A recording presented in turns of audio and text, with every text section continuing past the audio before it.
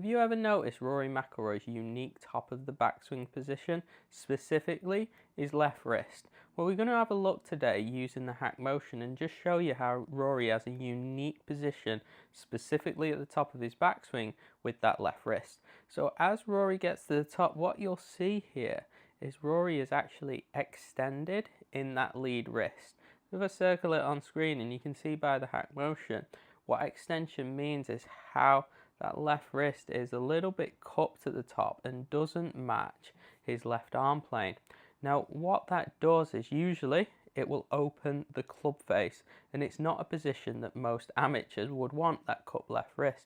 However, if we look at Rory, look how that club face is pretty much perfectly square to his lead arm. Now how Rory does that is Rory's got a very strong grip at address. So what he does is he gets that lead wrist into a bit of extension, or cupping as it's commonly known, and that helps him open the club face slightly.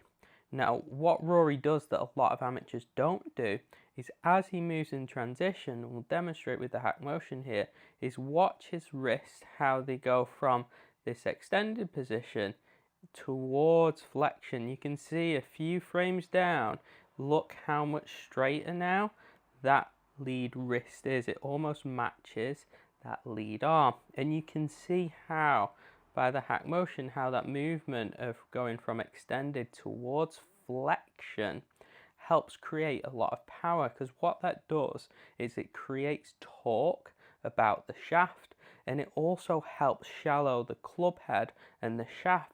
What that results in is that whipping effect.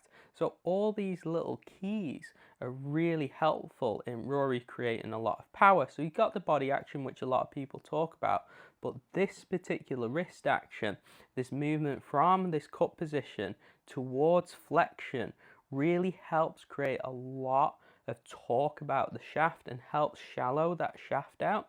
Now using the hack motion, you can see how we can actually train that by getting into a position and actually feeling that extended position and then going towards that flex position. Now a lot of amateurs, it would not be a great move because most amateurs have quite a weak left-handed grip, whereas Rory, as discussed, has a strong grip. So by that strong grip, get into that little extended position and then moving towards flexion, that really helps Rory create a lot of speed in his downswing, along with that unique body action of that rotation.